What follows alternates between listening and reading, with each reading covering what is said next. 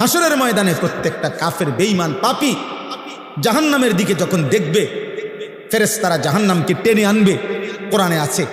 আর জাহান্নামী নাফরমান দেখে একটা চিৎকার দিয়া হাসরের মাঠে আল্লাহকে বলবে, আয় মাওলা, আজকে আমার সমস্ত সন্তান তাদের সকলকে জাহান্নামে দেন, আমারে বাঁচায় দেন। আমার স্ত্রীকে জাহান্নামে দেন, আমারে বাঁচায় দেন। আমার ভাই বোনদেরকে জাহান্নামে দেন, আমারে বাঁচায় দেন। আমার গোষ্ঠী বংশের সমস্ত লোককে জাহান্নামে দেন, আমারে বাঁচায় দেন। এই পৃথিবীর সমস্ত মানুষ যারা হাসরের ময়দানে দাঁড়িয়ে আছে, আল্লাহ সকলকেই জাহান্নামে দিয়ে হলেও আমারে বাঁচায়।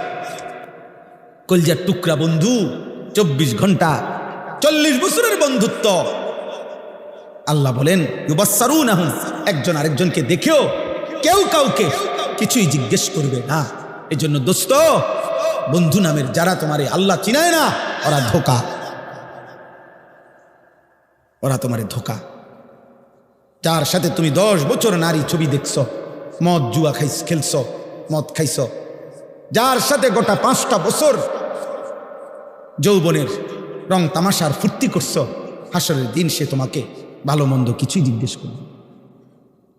আমি কালকে একজনকে বলছি, এক মানুষের বুঝাইতে গিয়ে একটা কথা বলছি যে ভাই, এক মানুষের রক্ত দরকার, মনে করেন একই মুহূর্তে ঈমানও দরকার।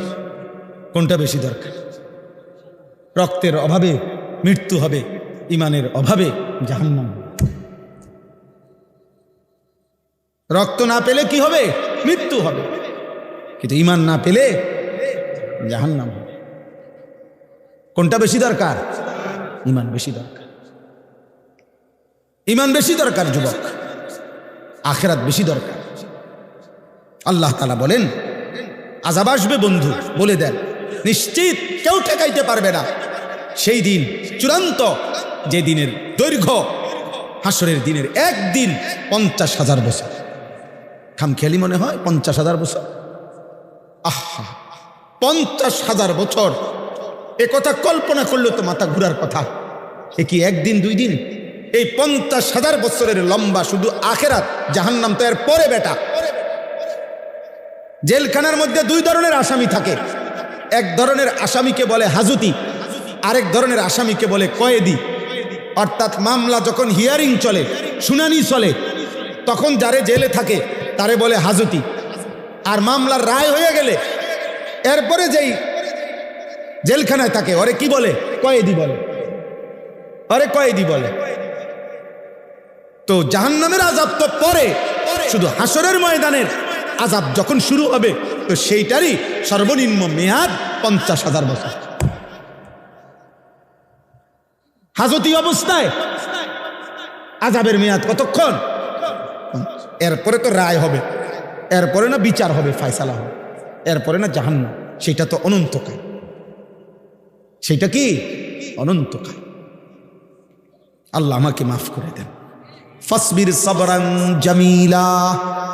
আল্লাহ বলেন অতএব বন্ধু, যে যা বিদ্রুপ করুক, ঠাট্টা করুক, আপনি সবর করেন, আপনি ধৈর্য ধারণ করেন, আপনি বলতে থাকেন, শুনতে থাকেন, আপনি গোলামি করতে থাকেন, আমি আল্লাহর দিকে ডাকতে থাকেন, আমার ইবাদত করতে থাকেন, আমার বান্দাদেরকে বলতে থাকেন ইন্নাহুম ইয়ারাউনাহু বাঈদা ওয়া নারাহু করিবা।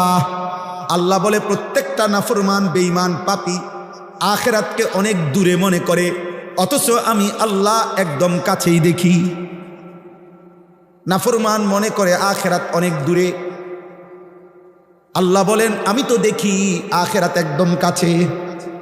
ইকতারাবাতিস সাআতু ওয়া শাক্কাল কামার ইকতারাবা লিন-নাসি হিসাবুহুম। আল্লাহ বলে বান্দা হিসাবের সময় তো কাছে, কাছে না দূরে। নবীজি বলেন উম্মত, আমি মুহাম্মদ আর কিয়ামত এই 2 আঙ্গুল যেভাবে পাশাপাশি এমন কাছাকাছি, বুইস্তু আনা ওয়াস সাআতু কাহাতাইন, এমন পাশাপাশি। হ্যাঁ, তাইলে আখিরাত দূরে নয়, আখিরাত কাছে।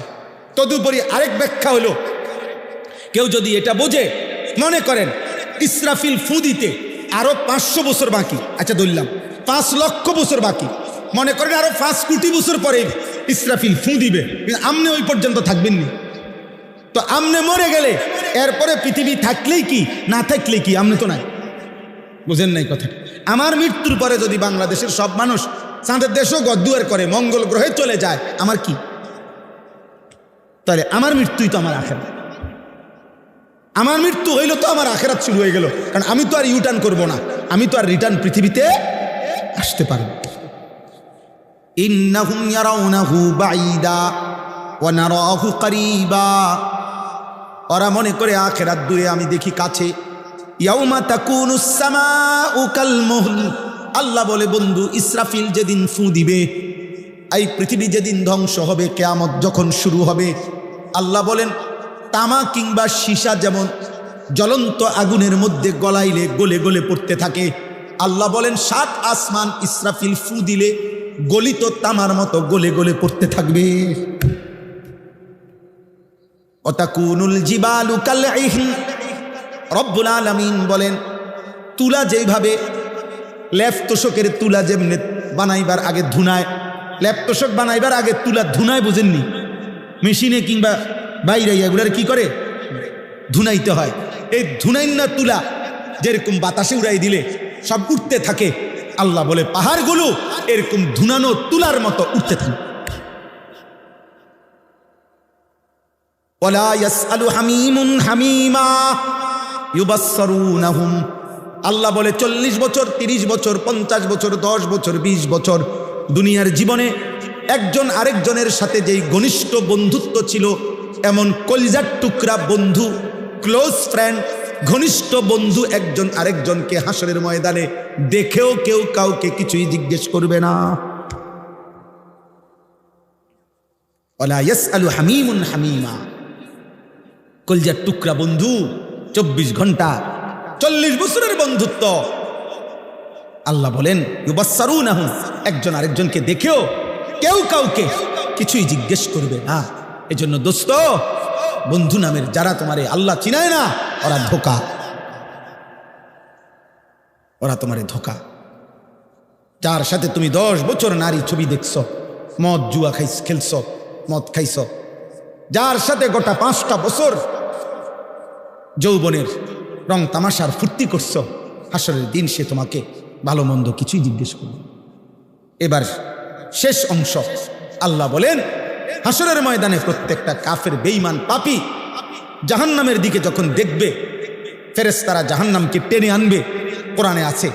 আর জাহান্নামী নাফরমান দেখে একটা চিৎকার দিয়া হাসরের মাঠে আল্লাহকে বলবে, আয় মাওলা, আজকে আমার সমস্ত সন্তান তাদের সকলকে জাহান্নামে দেন, আমারে বাঁচায়া দেন, আমার স্ত্রীকে জাহান্নামে দেন, আমারে বাঁচায়া দেন, আমার ভাই বোনদেরকে জাহান্নামে দেন, আমারে বাঁচায়া দেন, আমার গোষ্ঠী বংশের সমস্ত লোককে জাহান্নামে দেন, আমারে বাঁচায়া দেন। এই পৃথিবীর সমস্ত মানুষ যারা হাসরের ময়দানে দাঁড়িয়ে আছে, আল্লাহ সকলকেই জাহান্নামে দিয়ে হলেও আমারে বাঁচা। এই যে খোদার কসম, এটা কোরআন শরীফের আয়াত। ইয়াওয়াদ্দুল মুজরিমু লাউ ইয়াফতাদি, প্রত্যেকটা নাফরমান পাপী বিনিময়ে জাহান্নাম থেকে বাঁচার বিনিময়ে দিতে চাইবে বিবানিহি, তার সন্তানদেরকে, ও সাহিবাতিহি, স্ত্রীকে, ও আখিহি, ভাই বোনদেরকে, ও ফাসিলাতিহিল্লাতি তুউবি, যাদের সাথে সে বড় হইছে, সেই পুরা মহল্লা গ্রামবাসী তাদেরকে, ওমান ফিল আরদি জামিআ, গোটা পৃথিবীর জমিনের সকলকে, সবকে জাহান্নামে দিয়ে হলেও সুম্মা ইউনজি, নিজেকে রক্ষা করতে বাঁচাইতে চাইবে। তাফসীরের মধ্যে আছে মূসা নবীর মতো নবী বলবে, আল্লাহ আমি কাউকে চাই না, নিজেকে বাঁচাইতে চাই। তো নাফরমান কি মনে করবে? সব নবী যেখানে বলবে ইয়া রব্বি নাফসি নাফসি, তো পাপী সেদিন কি বলবে? আল্লাহ বলবেন, নাফরমান যখন এভাবে বলবে, আল্লাহ বলবেন কাল্লা, না না না না, হবে না। গোটা পৃথিবী দিতে চাইলো, আজ আমি নেব না রে বান্দা, আজ তোকেই জাহান্নামে ফেলব।